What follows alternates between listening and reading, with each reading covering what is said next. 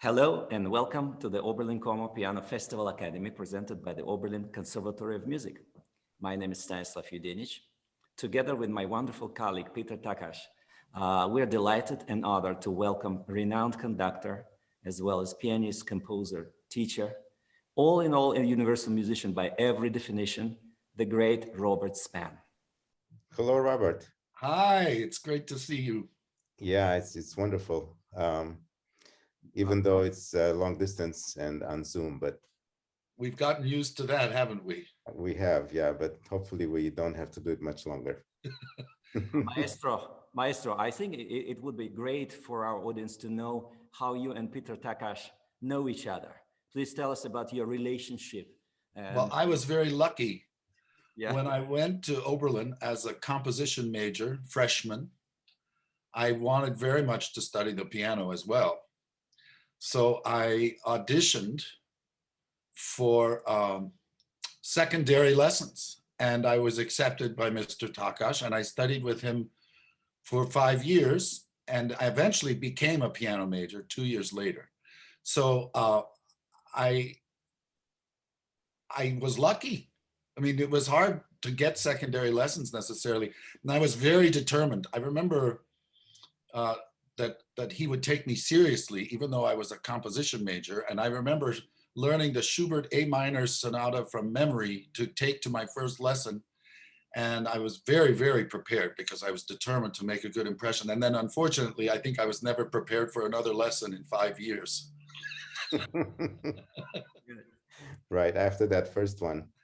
But, I remember our lessons more like conversations or discussions or philosophical inquiries after we got to know each other. You were the perfect teacher for me. It was such a wonderful number of years in Oberlin, thanks to you. And it was a very, very powerful experience. And I think most of all, because you had a way of not tolerating any nonsense. I remember when I was not ready for my junior jury. Right. And you said, well, that's too bad. You still have to do it. And you somehow passed, I don't know, by some miracle. No one's sure how. When did you play the Chopin B minor sonata? Was that? That was it. I learned it in 3 days. Right, I know. And we had a huge disagreement because you took it as a kind of a salon piece. It was, it was very lovely. And I said, Bob, it's supposed to be maestoso. It's noble. This is the Chopin B minor. And I don't think you ever took my advice. And I have to also tell you, you called me when you got a call from Boston Symphony. And we chatted about, should I do it, should I not do it? And of course you did it. And then you had that incredible debut in Boston. And I was going to ask you about that because you played, I know you did John Adams. No, that was George Crumb. George Crumb, Haunted Landscape. Okay. Later, I did Adams. Or maybe you did it. You're right about that. And then but you the did very first concert I did, I remember vividly because I was a nervous wreck. That's the first professional orchestra I ever conducted in my life. So I was sick to my stomach for a month before the first rehearsal. And so I'll never forget that program. I was studying so maniacally, hoping that I could. George Crumb. And if I can remind you, you also did the Greek Concerto with Garrick Olson. Yep. And then Sibelius First. Sibelius First Symphony. And I remember the review in the Boston Globe and said, this is no assistant conductor. Oh. This is a real conductor. Those years were incredible for me. Ozawa was a very generous mentor to me. Maestro, we were talking about your education as a pianist, composer, conductor. Should composition be integrated in the learning curriculum for a pianist? Absolutely. And I think the best is to write with models, to imitate. Try and write a Debussy prelude. Try and write a Bach fugue. Try and write a Mozart sonata movement. Try and write a Schubert set of variations.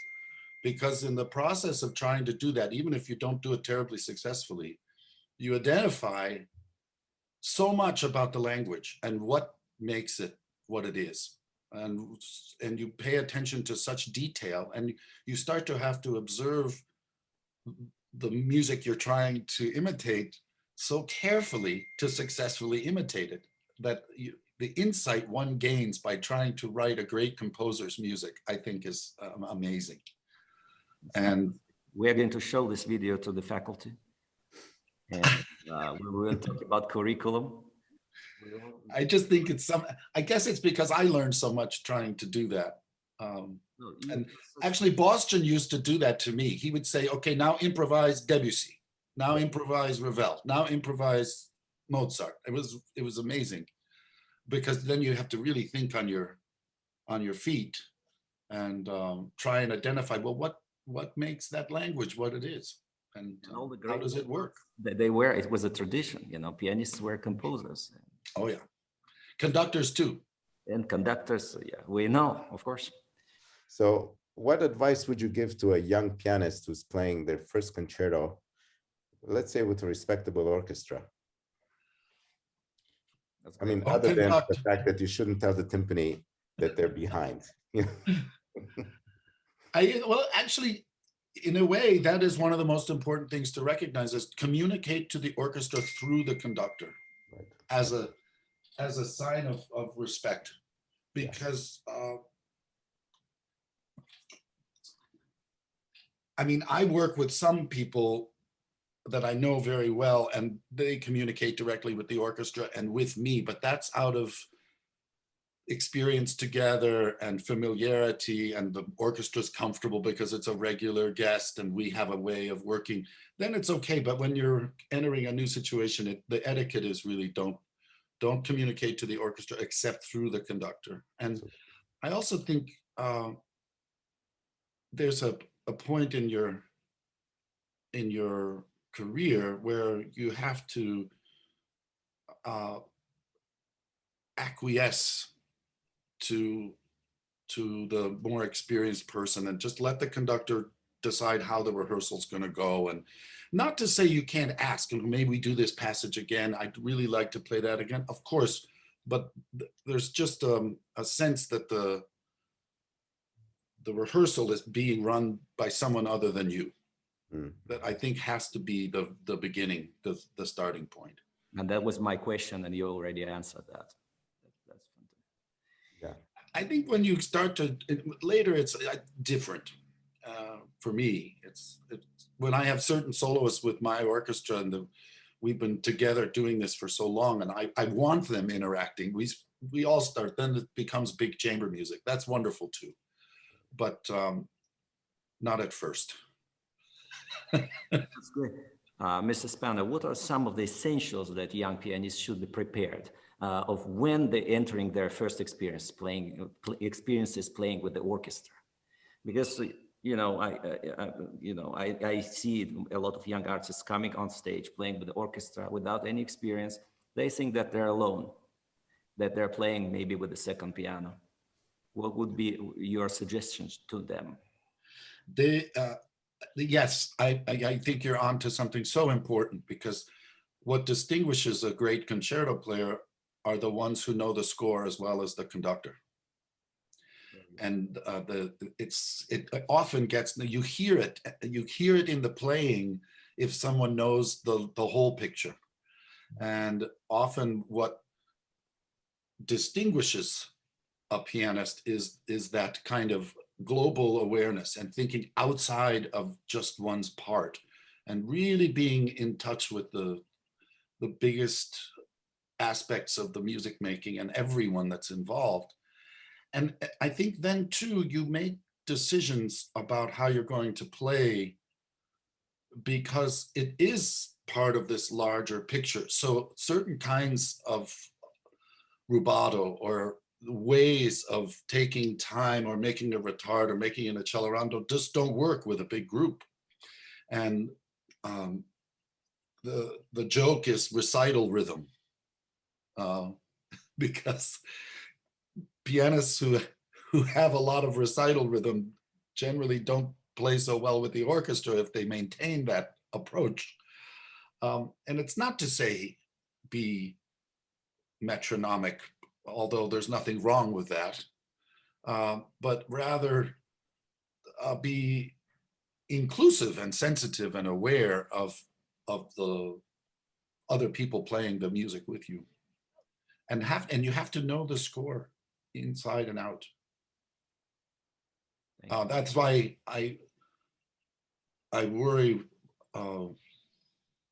people who learn their concertos with the piano reduction of the orchestra part and never look at the full score are missing a whole dimension.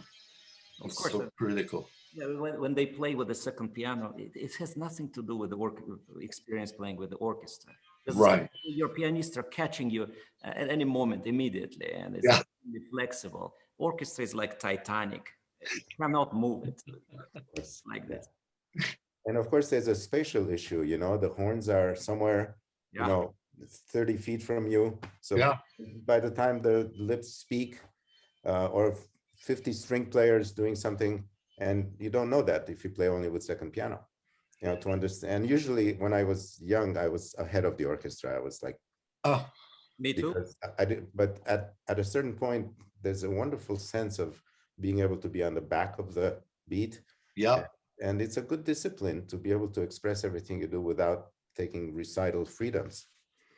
It's amazing. The soloists I respect the most, the ones that I still am in awe of them, even though I've worked with them so often.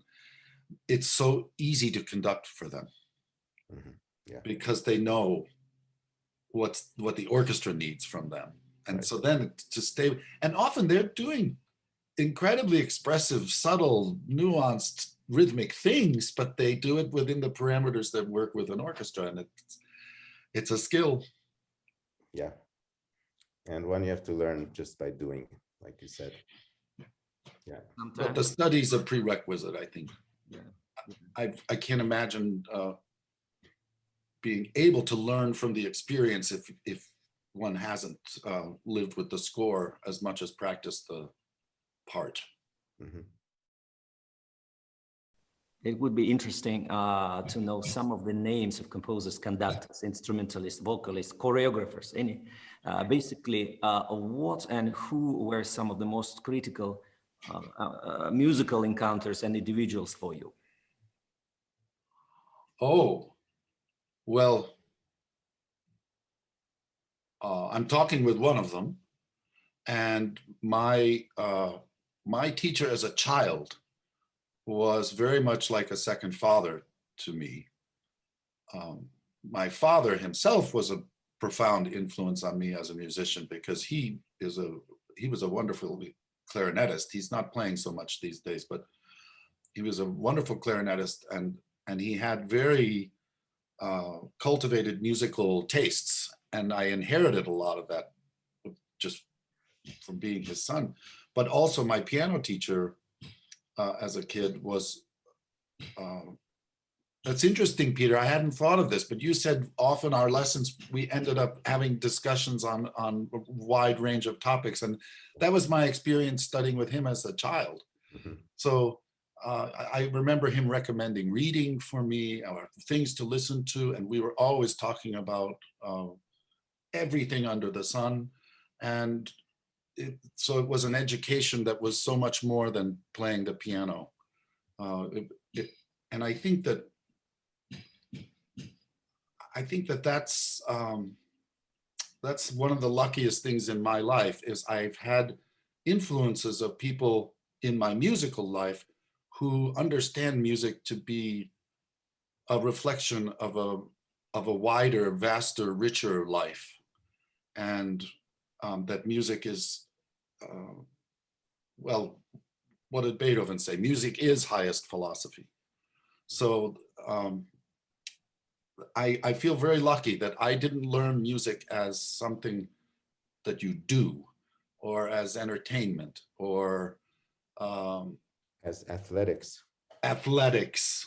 But rather I never considered thinking about music in any other way, because it's the way I was taught, that it's part of one's a larger life, and that's pretty wonderful. Yeah, that is great. Yeah, ultimately, maybe it's a moral enterprise. Yes. Looking for some kind of deep truth and authenticity and integrity. And the whole notion of truth and art having something to do with each other is I think one of the critical things we don't want to lose in our culture. Mm-hmm. And it does go back to the Greek roots of our philosophical outlook of goodness, truth, and beauty are wed. Mm-hmm. Maestro, we won't take a lot of your time. Thank you so much for your for sharing with us. I just have one last question, unless Peter has another. You have forged an important path as a strong advocate for incorporating living American composers into the programs. What personal importance does this hold for you?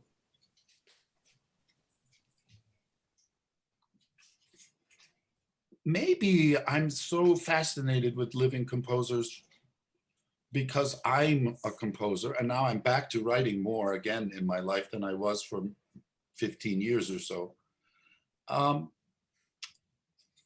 And that makes me innately fascinated to hear what they're doing. And maybe I'm fascinated with living composers because you can ask them questions, and I find that incredibly helpful. I find Mozart doesn't return calls very frequently. Doesn't. I don't have a good in. That's amazing, yeah. And I'm often astonished at how wrong I can be in my understanding of what's on the page as opposed to what the composer really had in mind. And it makes me all the more, I don't know if careful is the right word, determined to try and dig as deeply as I can into any composer, any dead composer's music, to understand their worldview, their life, their society, their values, what mattered to them, because all of that affects so much what's in the music. And having that experience with living composers makes me want to understand the dead ones as best I can in as full a way as I can. And then I also think that we understand the music of the dead better through our experience with the music of the living, because this is a living tradition we're living in. The unfolding of our Western history of music is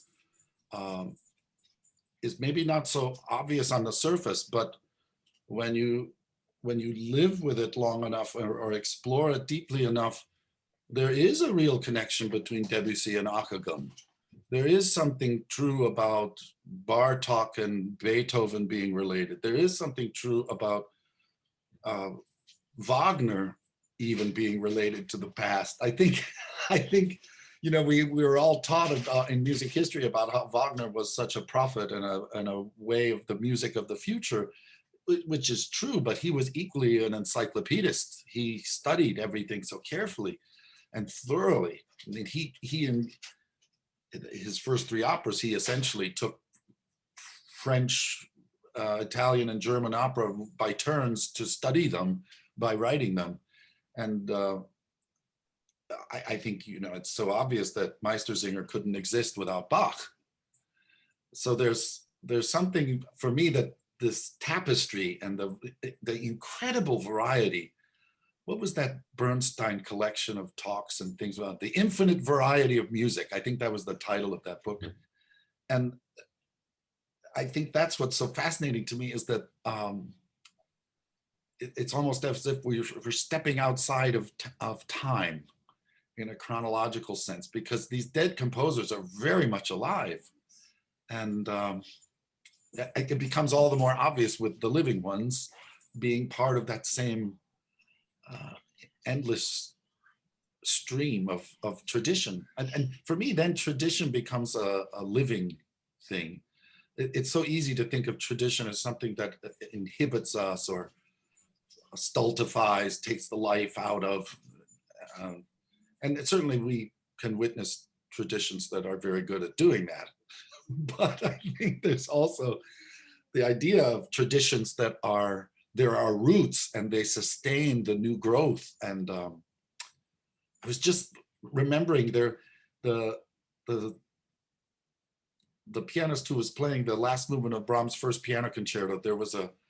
There's that wonderful place in the cadenza where you have those arpeggios one chord at a time, and then it goes into this intricate chromatic meandering, just incredibly rich chromatic textures. And it suddenly struck me, I hadn't thought of it ever before, but today it just struck me, oh, that's right out of the Bach chromatic fantasy and fugue.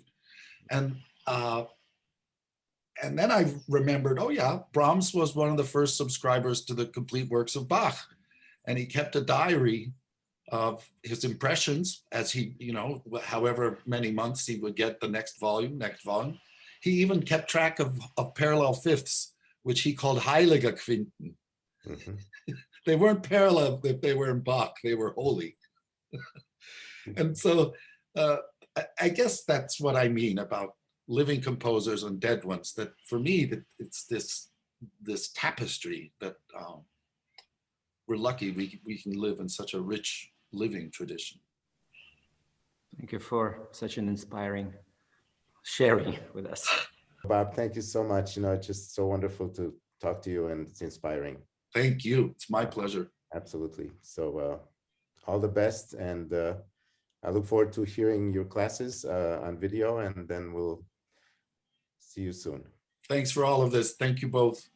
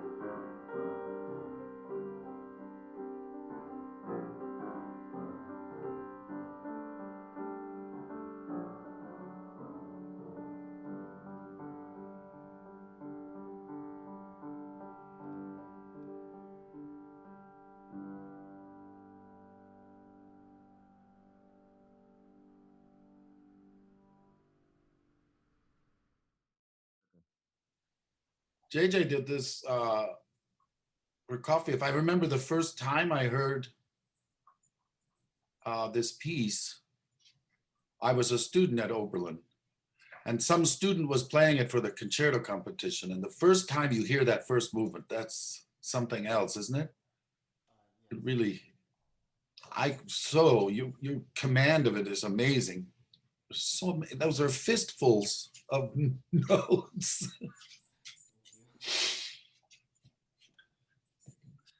I think one of the challenges of the piece is such a long trajectory that the cadenza, the buildup, just more.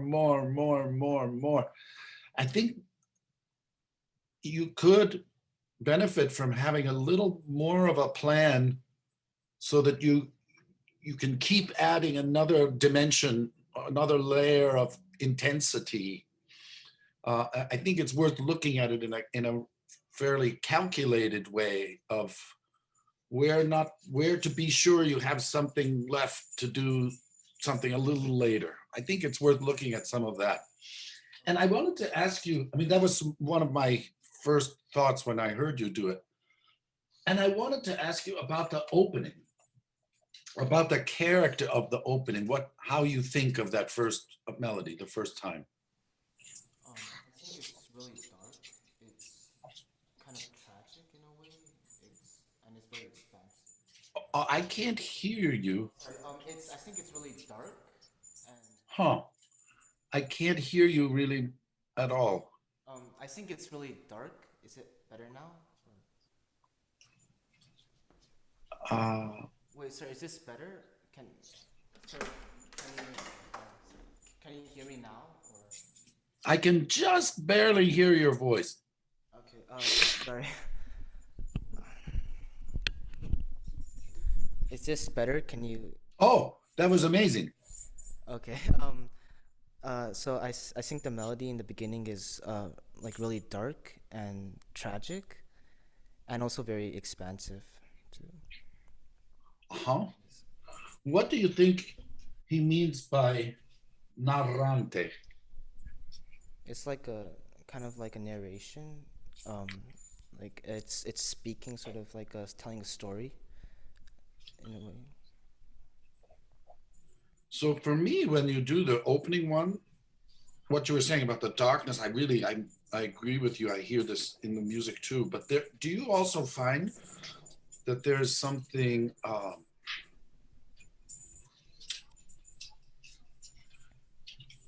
stoic in there too? Yes, I do feel that too. And so I felt that maybe there was too much emotional aspect for the very beginning. That maybe it needs just a little more of, like if I'm going to tell you a tragedy, I might sound very serious when I start to tell you, but the emotion is going to build up as I tell you. I wouldn't start right away with too much of my own emotional investment. I'd start by telling you the news, so to speak, and bring you into the story. And there's some quality like that I missed when you started. And I think that's part of how you can set up this long trajectory too. Okay. So that there's something a little colder even, in a sense. Obviously, it's not cold per se, but... Yes, okay. Would you mind and see if we're talking about anything that would matter? If it would make a difference?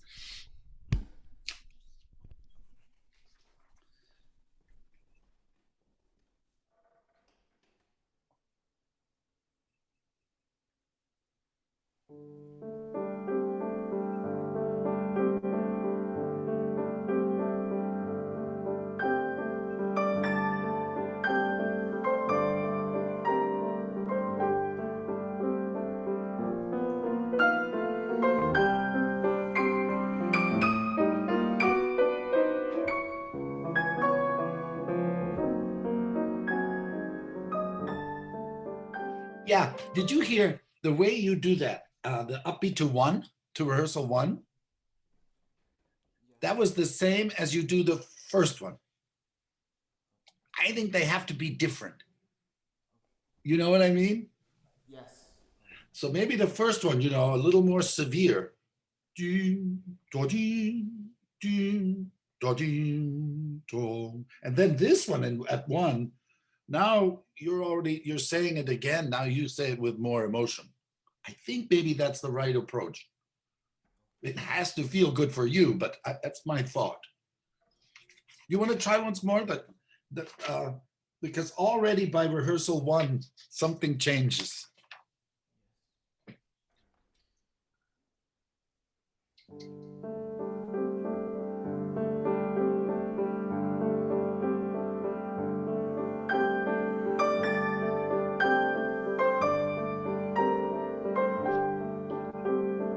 Great.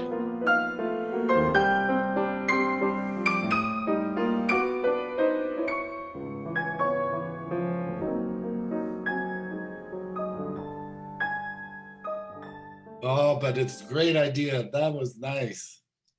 That was really nice. And then could we look at 2? I should have just let you keep playing. But after 2, when you have the duplets against the triplets, there's more in there somehow, the opposition of the triplet and the duplet. Do you want to just go from 2?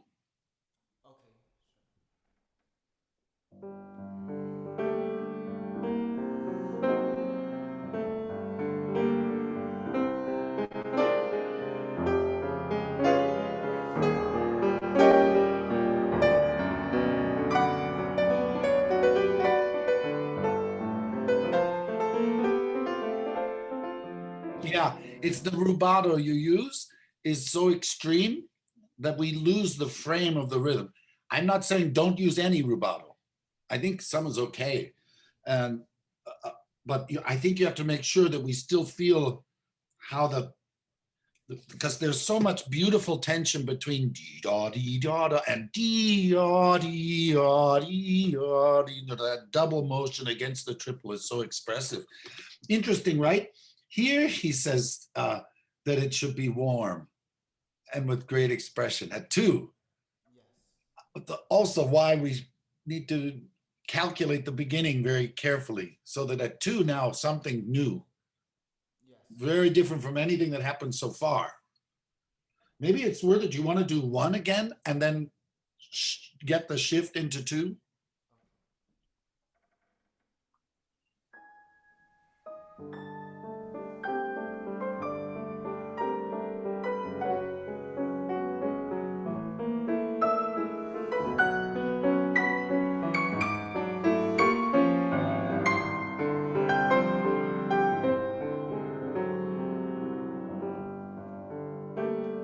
Nice.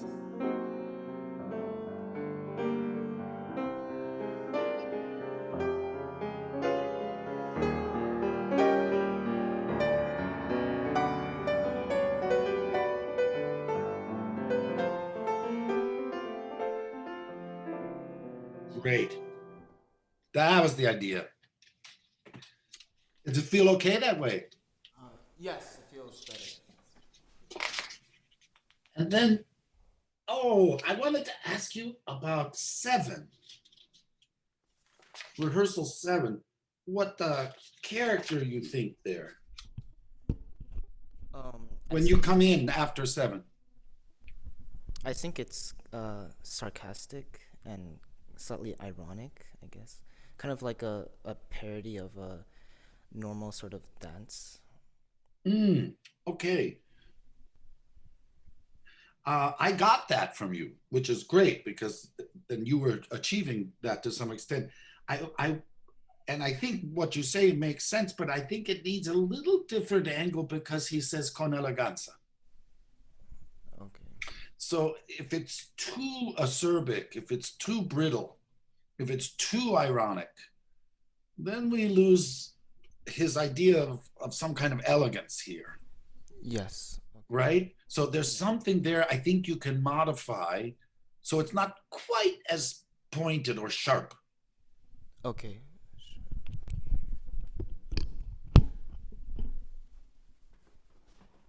I think you're right about the dance too. I mean, he was a great ballet composer, so I think that's a great thing to use for you, yeah.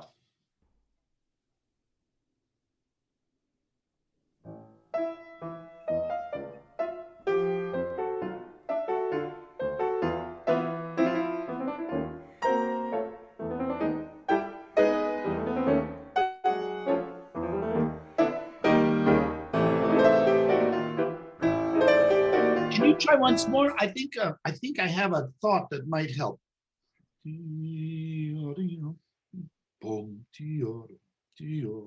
Yeah, is the phrasing or I think it's going down.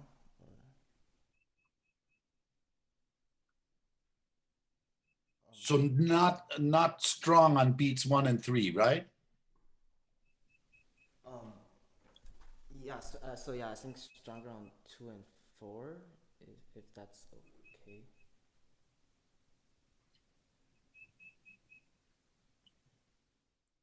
Can you say that once more, JJ? Oh, sorry, I think it's stronger on beats 2 and 4. Like, Great. I think that'll make it more elegant.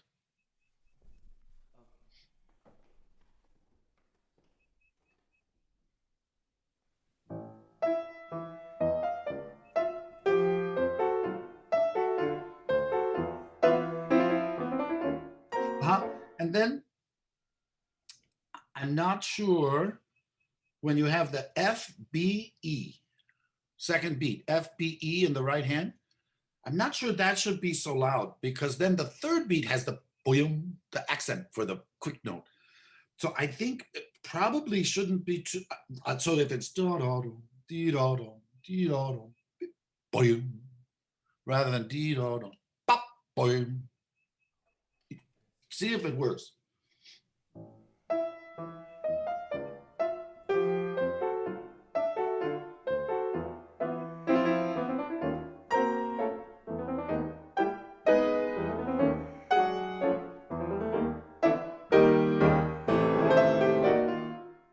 Beautiful.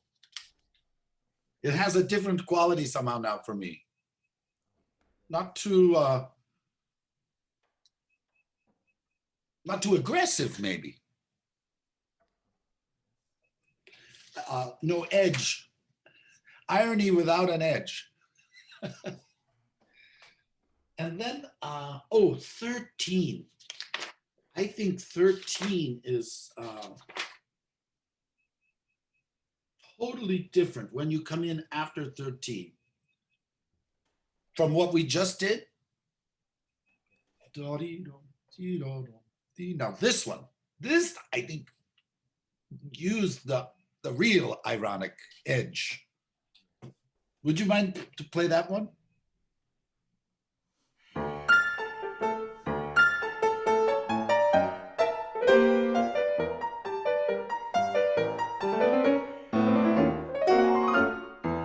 Great. So now it has some sting.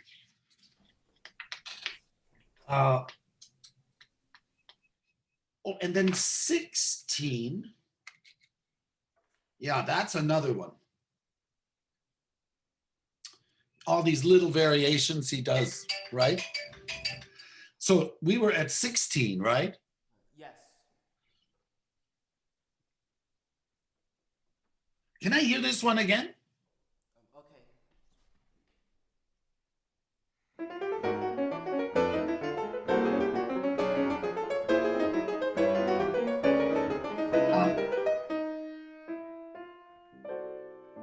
Okay. Can you do it with less pedal? I wonder.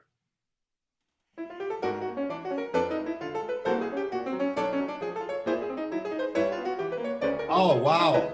What do you think? Yeah, I think it works.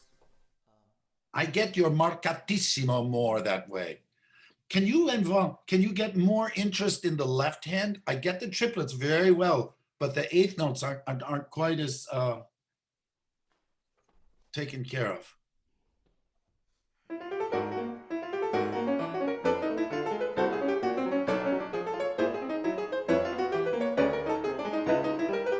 Yeah, wow.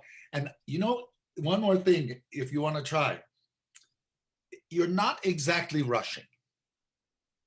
I don't mean that. I don't think you are rushing per se, but have an attitude of no rush.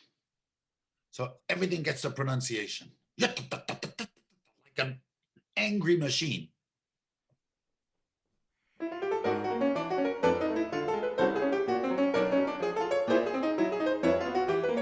Oh, I love it. I love it.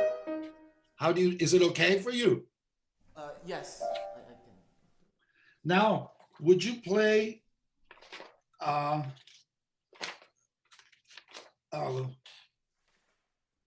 7, after 7 again?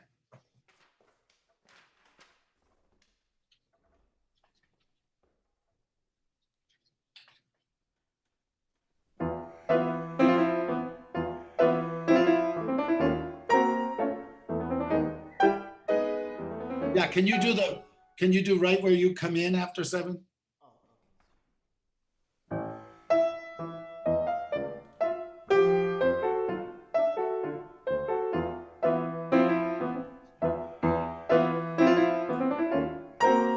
Nice. Now play after 13 again.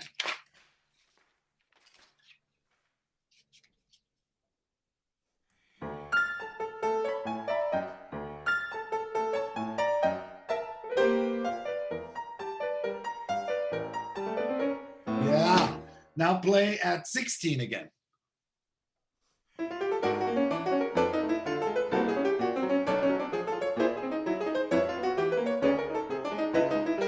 Wow. Great.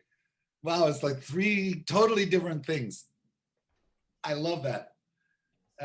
And I think now when we go into the long haul, then it's all the more important, right? Yes. So at 20, he says dolce. So this is a new version of the beginning, right? A different level. You were going to say something. Oh no, I was just agreeing with you. Ah, okay.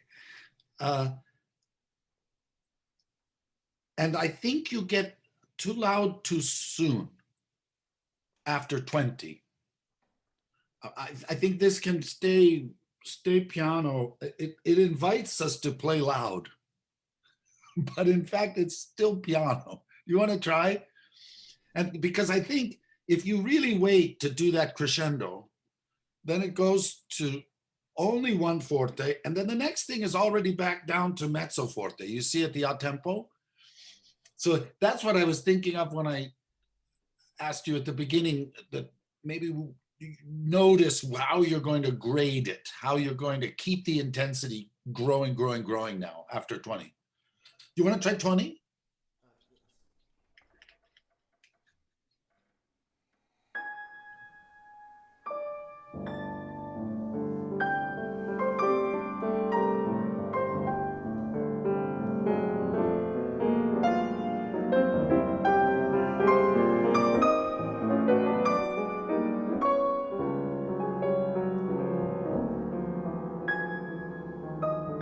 Great. That was terrific. When you did that piano, that was beautiful. And then can I hear the a tempo where it says mezzo forte molto espressivo?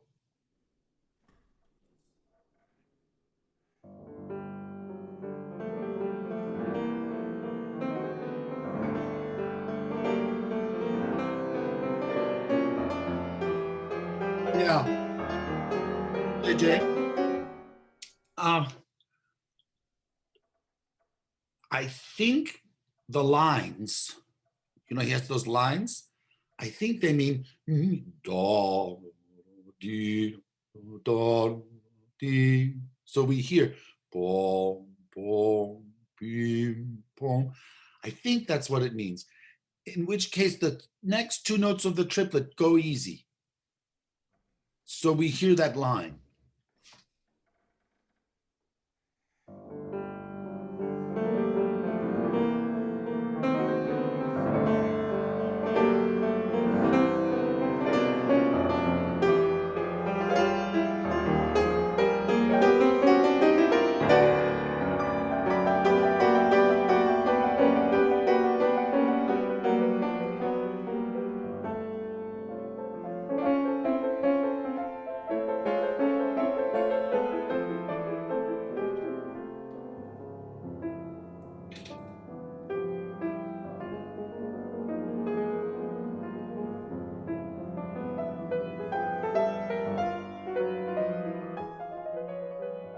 Yeah, I think here too, that was great. The earlier one, use the lines here too.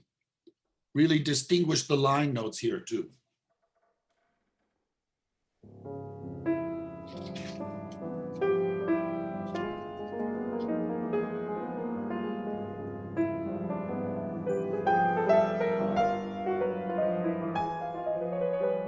Beautiful. Great. That voicing works really, really well. And then what happens here?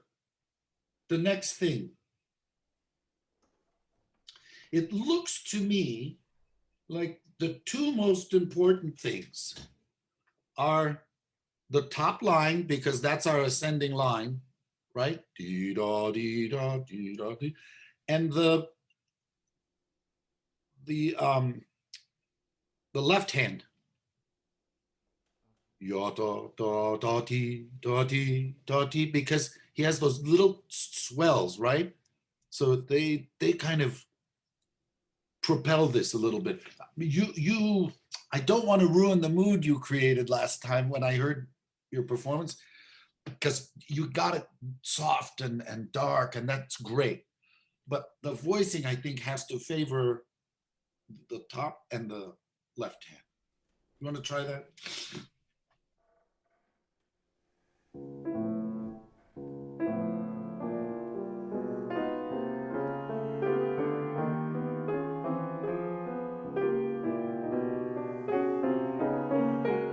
Yeah, try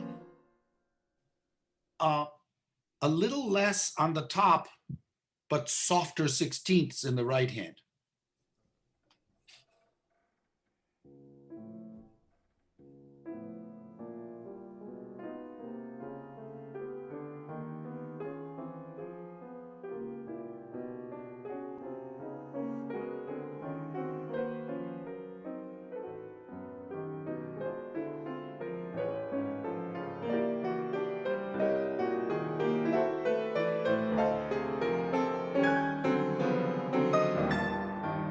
That worked great. That was beautiful. I love that sound. You okay with it? Yes, I liked it. Okay, good.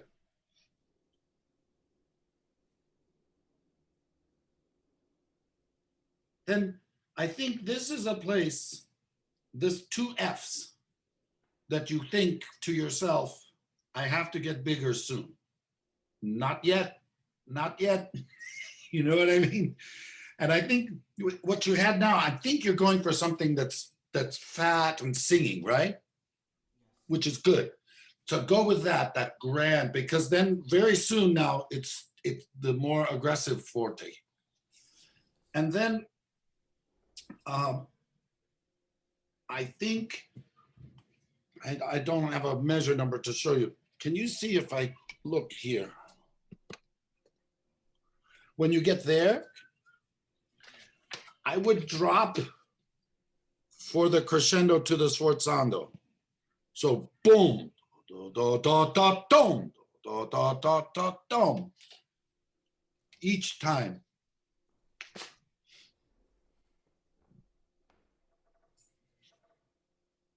Because don't you think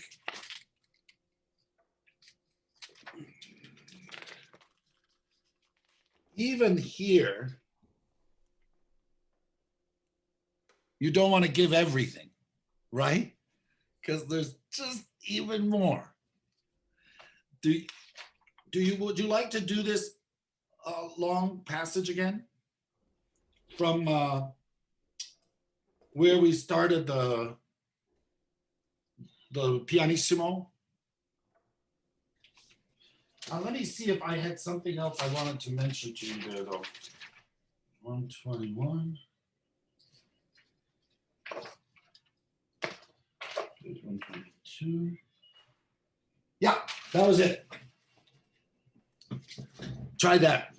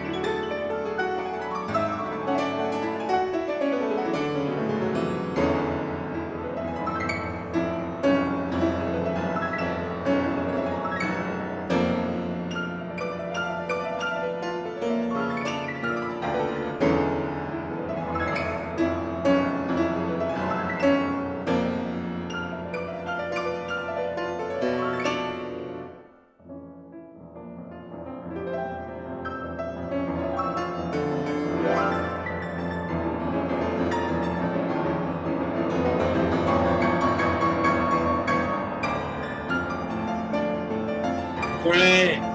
Wow, that was fantastic. That was terrific. Thank you. Oh, that's wonderful. I felt this time that it just kept coming at me in a good way. When I heard your other tape, didn't have the same frightening quality. This was great.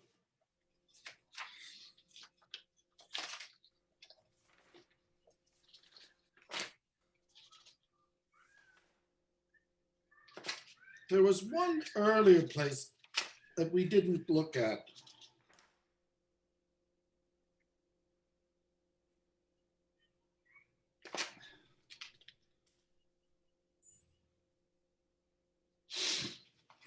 How about we go forward, because we did.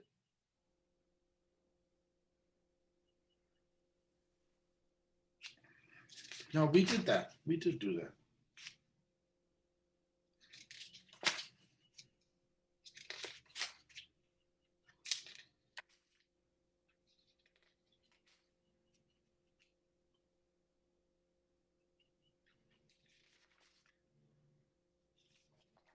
Yeah. Do you want to do the beginning once more now? Of the whole piece? Yeah, very beginning. Because the reason I ask, because now you just did something like that. That's fantastic. Now the beginning has to be what it needs to be for all that to happen. If you know what I mean. You have to take care of this huge, this movement is so challenging for that, right? It's just because you have to take care of this huge frame. And then also, can you think 1, 2, boom, boom, boom, boom, boom, boom, boom, boom, boom, boom. Think of what the orchestra, because that should affect how you come in. If you think of how, because that's pretty stark, right? Boom, boom, boom, boom, boom, boom, boom, boom, boom. So just before you start, hear that pizzicato in your mind.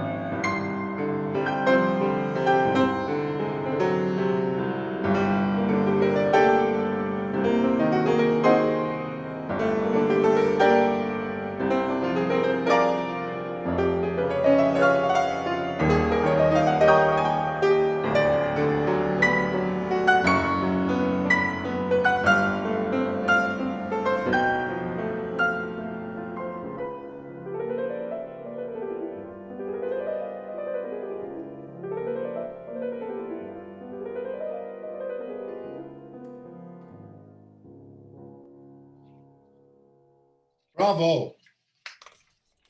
I loved it. That was great. Beautiful. Yes, thank you very much.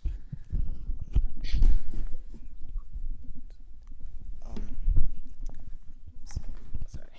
A little bit that idea of save, save, save. Yes. But it worked.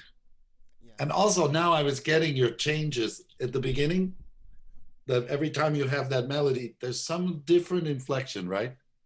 Yes. A little bit different shading, a little bit different meaning. Yes. How long did you work on this already?